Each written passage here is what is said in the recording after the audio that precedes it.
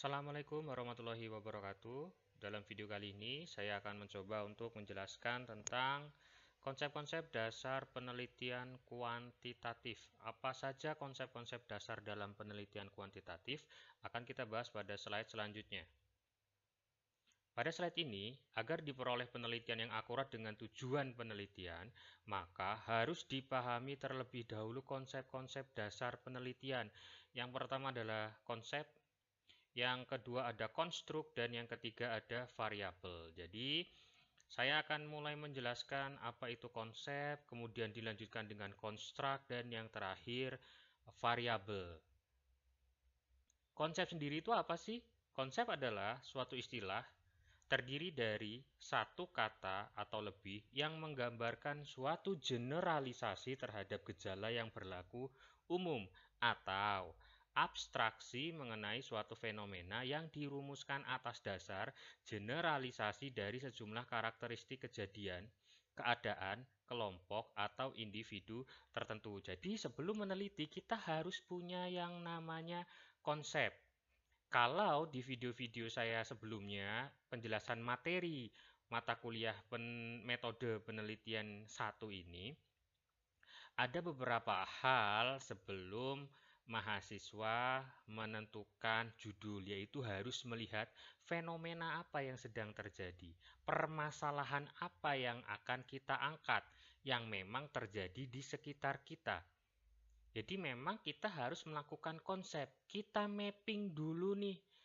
Mapping itu kita membuat peta. Kita kumpulkan sumber referensi yang menjadi bahan daripada topik permasalahan yang akan kita bahas. Setelah ketemu baru nanti kita buatlah konsep penelitiannya itu mau gimana sih? Apakah saya hanya meneliti pengaruh? Apakah nanti akan memasukkan variabel moderasi atau akan memasukkan variabel intervening atau menggunakan beberapa model ekonometrika dalam penelitian. Nah, jadi itulah yang namanya membuat suatu konsep dalam penelitian. Kita lanjut pada slide selanjutnya. Nah, di sini jenis konsep itu ada konkret dan ada abstrak. Untuk konkret, nah pasti jelas ada bentuknya. Ya, rumah, kursi, manusia. Tapi kalau abstrak, yang diteliti adalah masyarakat, partisipasi, globalisasi. Itu kan nggak nggak nyata gitu. Kalau rumah kan jelas bentuknya. Kalau masyarakat tuh bentuknya gimana? Satu orang, dua orang, tiga manusia, empat manusia. Nah, ini kan tidak jelas, makanya di sini abstrak, sehingga fungsi dari konsep tersebut adalah untuk menyederhanakan pemikiran terhadap ide, benda, atau gejala sosial.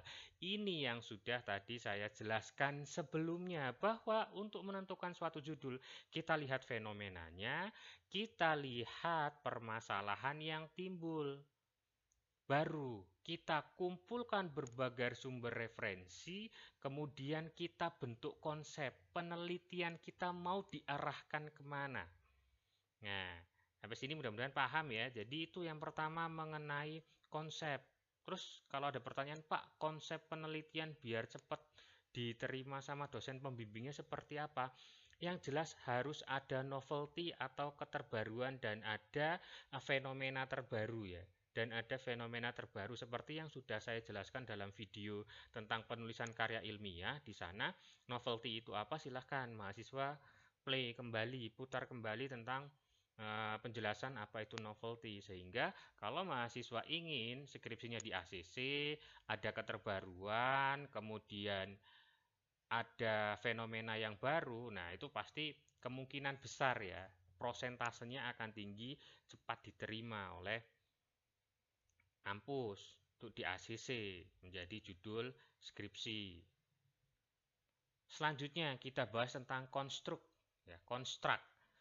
Konstruk dan konsep di sini ya, pada dasarnya adalah sama. Namun, yang membedakan adalah pada sesuatu yang bisa diukur atau dihitung.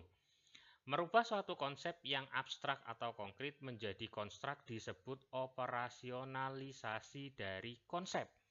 Di sini, definisi operasional konsep yaitu berupa pengertian atau batasan suatu konsep yang mengandung kejelasan dan ketegasan mengenai deskriptor atau aspek-aspek yang terkandung atau tercakup dalam penelitian yang mau kita buat. Indikator menunjukkan tanda-tanda keberagaman atau variabilitas konsep yang akan diteliti, bisa diukur dan dihitung. Oke, di sini saya akan menjelaskan ya. Kenapa di sini ada kalimat ya, ada kalimat di sini definisi operasional konsep. Setelah tadi yang saya sampaikan di awal, kita melakukan mapping terhadap referensi atau dengan kata lain kajian pustaka menggunakan penelitian terdahulu. Diusahakan menggunakan jurnal nasional yang terakreditasi ya. Nah, di sana nanti akan kita petakan, kita mapping variabel mana saja yang bisa mempunyai keterbaruan dari penelitian kita. Misalnya, penulis A variabelnya cuma makroekonomi.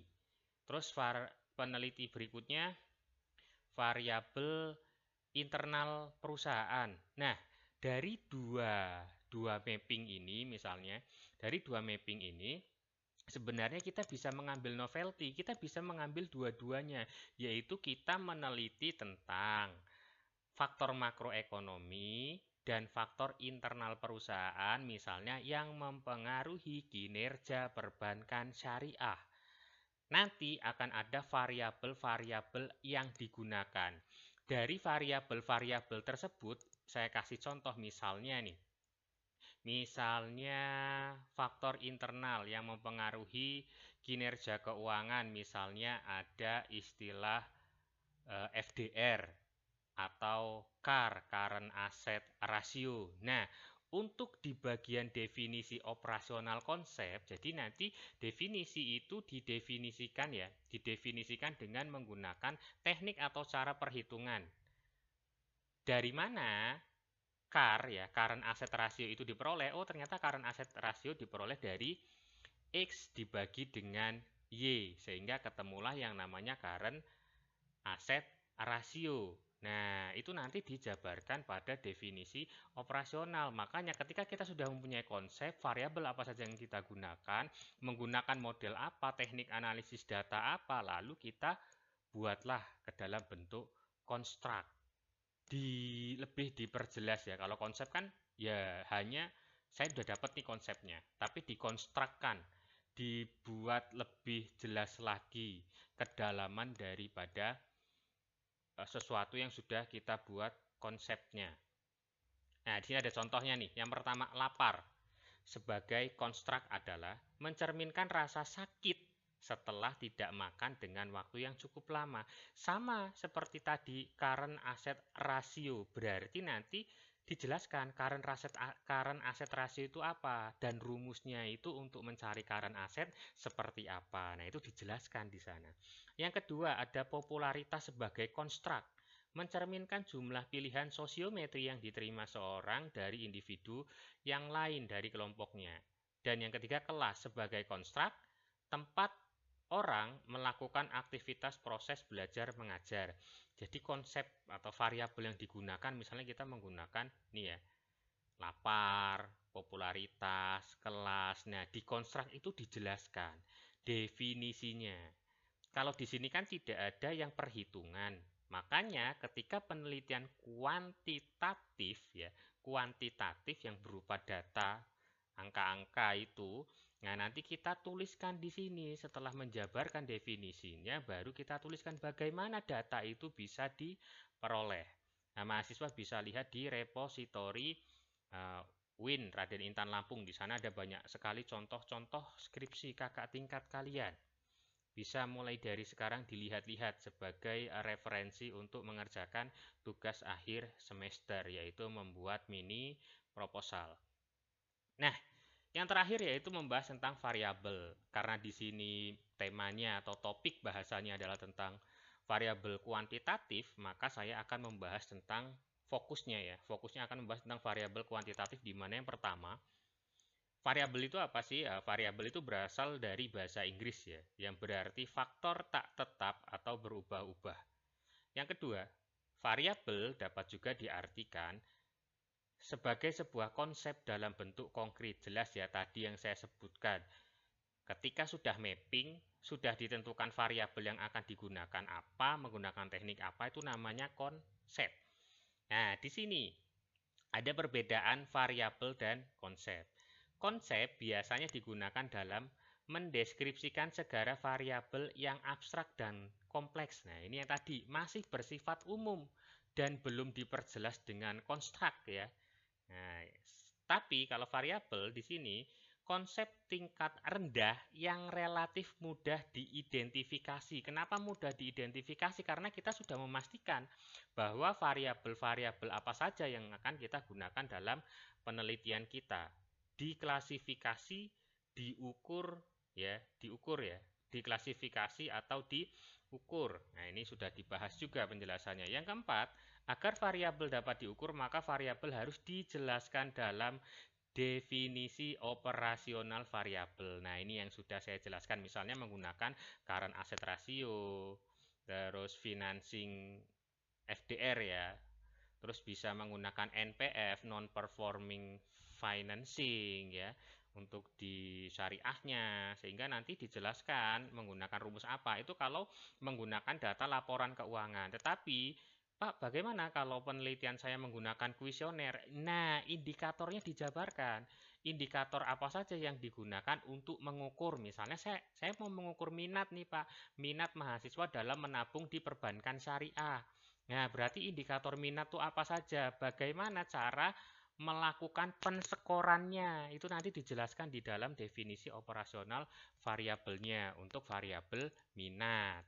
Nah, nanti untuk contoh-contohnya banyak itu di repositori UIN Raden Intan Lampung, tinggal diketik aja di Google, nanti diklik. Nah, kalian tinggal cari berdasarkan prodi ya, bisa di perbankan, bisa di AKS, bisa di MBS ataupun di ES atau di PS ya. Silahkan nanti mahasiswa explore sendiri. Lanjut lagi variabel. Nah, ini ya, konsep yang mempunyai bermacam-macam nilai dan dapat berubah-ubah ya, yang tadi sudah dijelaskan. Nah, ini badan sama dengan konsep. Variabel itu berupa tinggi badan, bentuk badan, dan berat badan. Jadi konsepnya, oh ya saya mau meneliti tentang badan nih. Nah, variabel yang digunakan apa aja? Oh, tinggi badan, bentuk badan, berat badan. Oh, saya mau meneliti tentang penduduk nih konsepnya. Variabelnya apa aja? Oh, ternyata bisa usia, jenis kelamin, suku, bangsa, dan lain-lain. Misalnya di perbankan apa? Di perbankan itu misalnya kinerja keuangan. Oh, ternyata kinerja keuangan itu kalau nggak diukur pakai ROA, return on asset, bisa juga diukur dengan menggunakan return on equity. Nah, berarti nanti di sini contoh dari konsepnya adalah kinerja ya, kinerja keuangan gitu. Bisa diukur menggunakan ROA atau ROE atau mungkin faktor internal yang mempengaruhi kinerja keuangan. Nah, itu apa aja nanti disebutkan ya. Jadi ini perbedaan antara konsep dan variabel. Lalu selanjutnya ada jenis-jenis variabel. Yang pertama, menurut hubungannya, berdasarkan hubungan. Ada variabel bebas dan ada variabel terikat ya. Ada independent variabel atau variabel bebas dan variabel terikat ya. Variabel terikat. Jadi di sini ini sepertinya terbalik ya. Harusnya variabel bebas itu dependent, variabel uh, independent. Independent itu berdiri sendiri ya. Berdiri sendiri. Oh iya benar, benar, benar. Berdiri sendiri ya. Variabel bebas itu independent variable. Jadi di sini variabel yang menjadi sebab atau merubah atau mempengaruhi variabel lainnya. Variabel ini juga sering disebut sebagai prediktor, stimulus eksogen atau antecedent. Antecedent ya. Bahasanya susah sekali itu. Ya benar ya. Jadi variabel bebas itu istilahnya independent variable atau bisa juga dikatakan sebagai prediktor atau mungkin ada yang menyebutkannya dengan variabel bebas ataupun yang lainnya. Di dalam buku teks itu ada banyak sekali ya penyebutan untuk variabel bebas atau variabel terikat. Nah, ini untuk yang pertama. Nah, ini yang selanjutnya adalah variabel terikat atau dependent variable. Artinya di sini adalah variabel yang dipengaruhi atau menjadi akibat karena adanya variabel lain atau variabel bebas tadi ya. Variabel ini disebut juga sebagai variabel respon atau variabel endogen ya. Kalau yang tadi eksogen, kalau di sini endogen.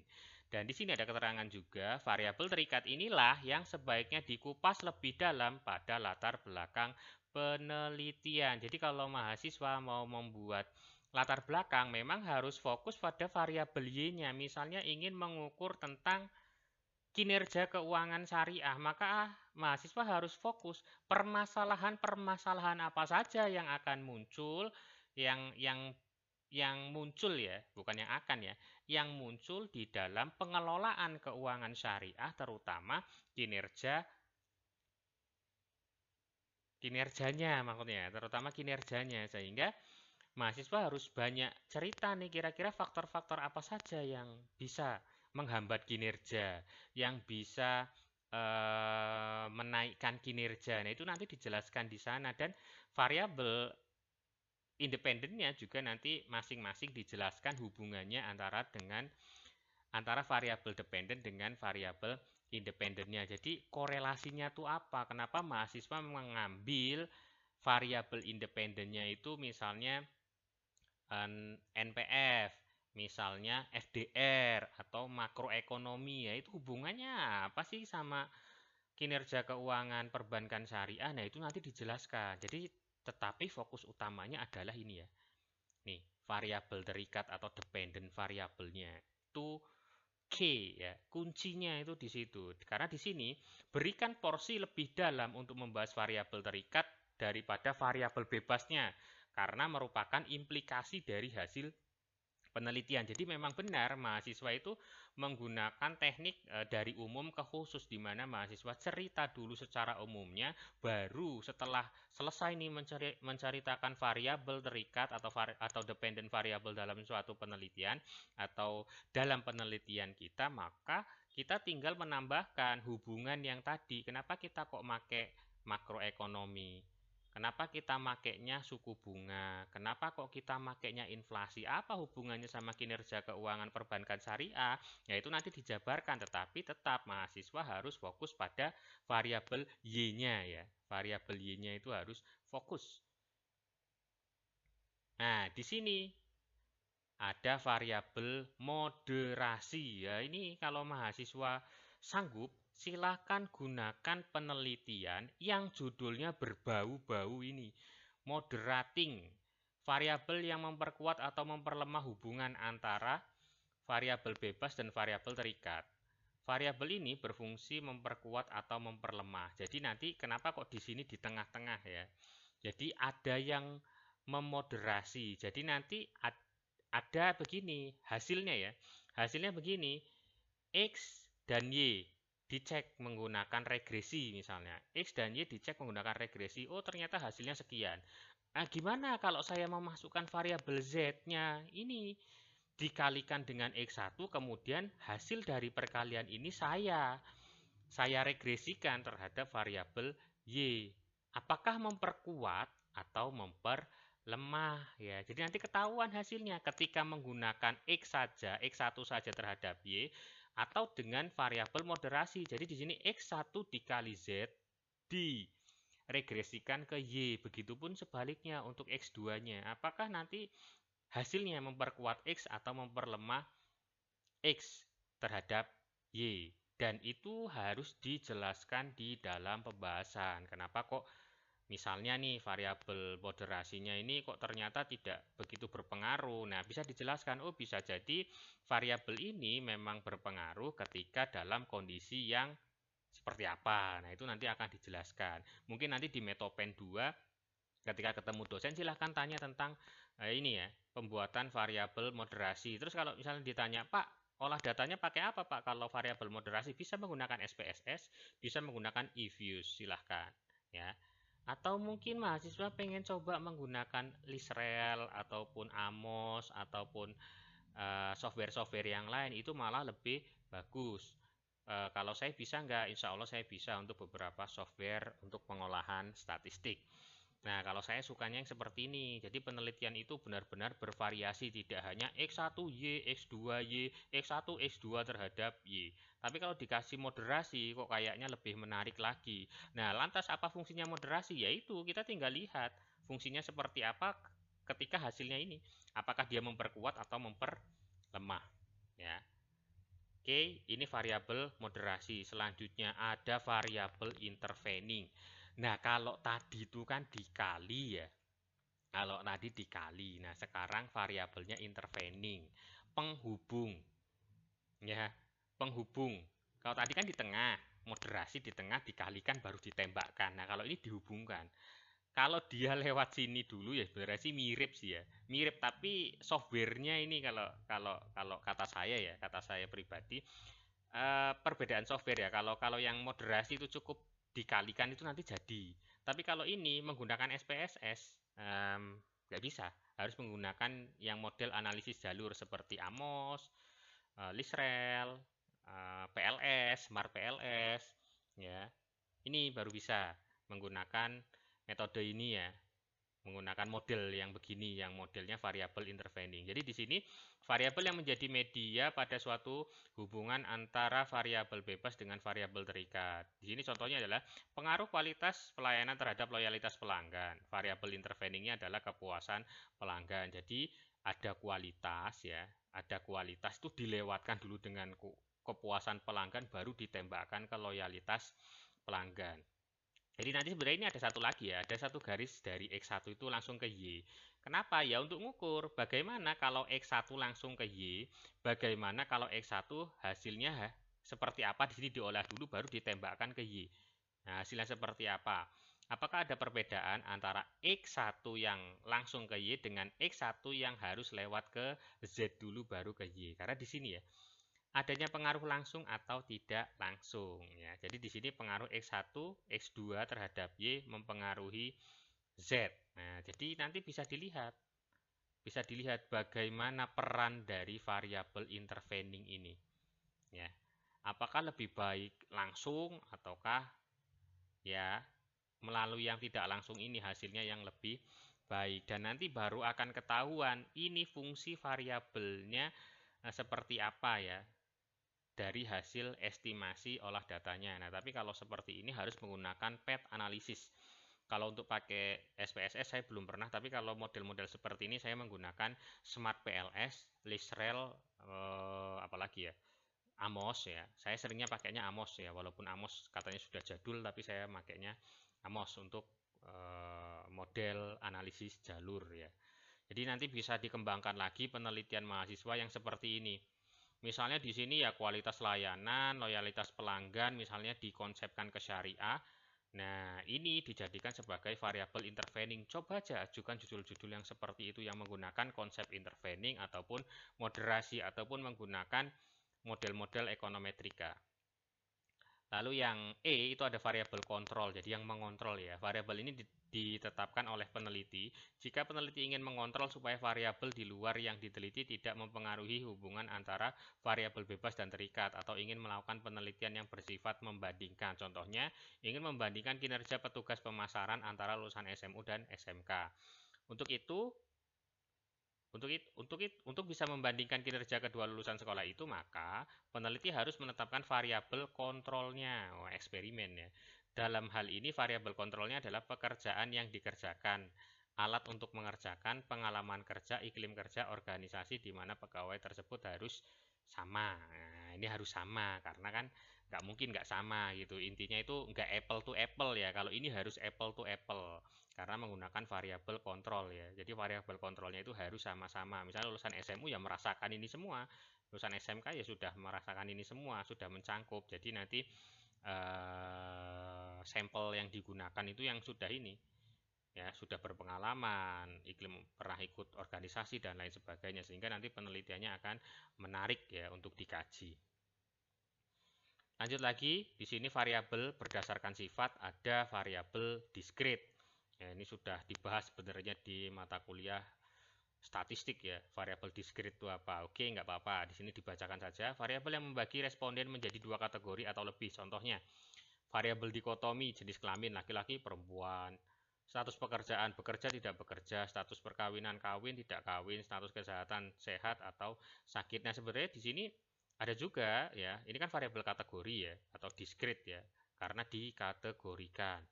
Itu sebenarnya bisa juga kategori itu tidak hanya dua ya, bisa tiga, bisa empat, bisa lima, bisa enam, tergantung dari topik penelitiannya ya, atau tema penelitian yang mau kita angkat.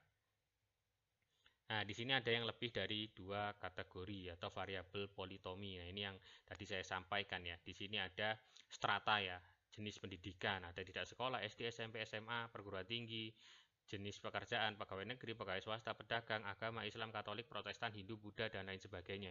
Dan untuk menggunakan teknik yang seperti ini, kira-kira paling enak pakai software apa ya? Software yang paling mudah digunakan memang SPSS, tetapi SPSS tidak semuanya mengcover untuk variabel-variabel yang seperti ini ya. Terlebih lagi nanti jika kita menggunakan dummy variabel, apalagi itu dummy variabel, nanti akan kita bahas tersendiri ya. Yang ketiga, variabel bersambung atau kontinu. Variabel yang dapat kita tentukan nilainya yang dalam jangkauan tertentu dengan bilangan desimal yang tidak terbatas. Contohnya untuk umur misalnya 36,5 tahun, berat badan 5,55 kilo dan lain sebagainya. Ada variabel manipulatif, tapi di dalam penelitian itu saya ya selama ini tidak pernah menggunakan ya variabel manipulatif karena di sini variabel yang dapat dimanipulasi atau tidak. Variabel ini dibagi menjadi kedua kategori, ada variabel aktif dan ada variabel atribut. Variabel aktif itu variabel yang dapat dimanipulasi atau dikendalikan seperti suhu dalam ruangan, frekuensi kekerasan dalam acara TV. Lalu kalau yang atribut di sini variabel yang tidak dapat dikendalikan seperti usia, tingkat kecerdasan, status sosial. Artinya di dalam penelitian untuk variabel-variabel yang bisa dimanipulasi itu ternyata ada banyak gitu.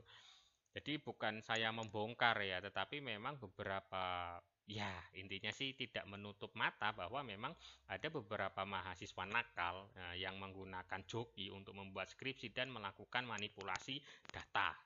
Oke, cukup sampai di situ saja ya. Kecuali kalau dosennya mencecar ketika ujian skripsi harus menunjukkan bukti, maka ketika tidak terbukti melakukan manipulasi maka kita harus terima ya. Jenis pengukuran variabel, di sini ada variabel nominal. Pengertiannya apa? Variabel yang ditetapkan berdasarkan penggolongan. Atau bisa dikatakan bahwa variabel ini merupakan variabel yang kualitasnya tidak bermakna atau nama variabel hanya simbol saja karena di sini variabelnya nominal yaitu jenis kelamin, status pekerjaan dan lain sebagainya. Ada variabel ordinal, variabel yang dibentuk berdasarkan atas jenjang dalam atribut tertentu. Misalnya, jenjang tertinggi dan terendah ditetapkan berdasarkan kesepakatan sehingga angka 1 atau 10 dapat berada pada tingkat yang paling rendah atau yang paling tinggi. Jadi sebenarnya variabel ordinal ini bisa dipakai kalau kita menggunakan sistem kuesioner. Di dalam sistem kuesioner itu ada pernyataan positif dan ada pernyataan negatif. Kalau pernyataan positif semakin kita jawab bagus, maka hasilnya adalah skornya tinggi. Tetapi kalau pernyataan negatif, nah ini kebalikannya, hati-hati. Kalau semakin apa ya? Kalau tadi semakin bagus sesuai maka dia bagus. Nah, kalau ini kebalikannya ya. Kebalikannya karena pernyataannya berupa negatif. Misalnya, apakah Anda pernah mencuri? Nanti dijawab sering sekali gitu. Itu kan bahaya. Berarti kan skor Anda bisa lebih kecil kan yang seharusnya 4 tapi bisa jadi 1. Nah, itu sebagai contoh. Itu nanti akan dibahas sendiri di variabel penelitian ya, fokus ya. Lanjut ada variabel interval. Di sini variabel yang dibangun dari pengukuran. Dalam pengukuran tersebut diasumsikan terdapat satuan pengukuran yang sama. Misalnya di sini, di sini. Jadi variabel interval itu ya jarang juga dipakai dalam penelitian ya. Maksudnya bukan jarang, maksudnya ini nanti bisa dibuatkan pengkategorisasian sih, bukan bukan berarti tidak banyak penelitian yang melakukan itu, tapi bisa nanti dikategorisasikan, digolongkan. Misalnya nanti ketika membahas tentang deskripsi data, misalnya responden yang bergaji antara 1 juta sampai 5 juta itu respondennya berapa, yang bergaji di atas 5 juta sampai dengan 10 juta itu nanti respondennya berapa gitu. Itu sebenarnya untuk menjabarkan apa ya, menjabarkan deskripsi secara umum dari data sih, dari data itu. Jadi kenapa dikatakan variabel interval. Ada variabel rasio, variabel yang memiliki permulaan angka 0 atau mutlak, ya koma-koma gitu ya. Kalau misalkan rasio, dirasiokan, misalnya 5% berarti 0,05. Sama di sini ya. Umur 0, 1, 2, 3, tahun, dan seterusnya. Jadi variabel yang permulaan angka 0 mutlak. Jadi variabel rasio, rasio itu dirasiokan. Biasanya di ini permulakan dengan K0 ya 0,1, 0,2, 0,3, 0,4. Nah, ketika dirasiokan bentuknya desimal biasanya. Oke, itu saja untuk penjelasan tentang metode. Bukan metode sih ya, tadi apa ya di judul di depannya ya, pokoknya tentang penelitian kuantitatif ya. Nanti akan coba saya bandingkan, saya jelaskan juga di video lain tentang penelitian kualitatif. Masih banyak yang harus saya bahas sebenarnya, tetapi karena keterbatasan mudah-mudahan ini bisa sedikit membantu untuk pencerahan mahasiswa menyusun skripsi. Kalau ada pertanyaan silahkan komen di grup ya. Kalaupun nanti saya sudah tidak mengajar lagi, silahkan boleh bertanya. Saya akhiri. Assalamualaikum warahmatullahi wabarakatuh.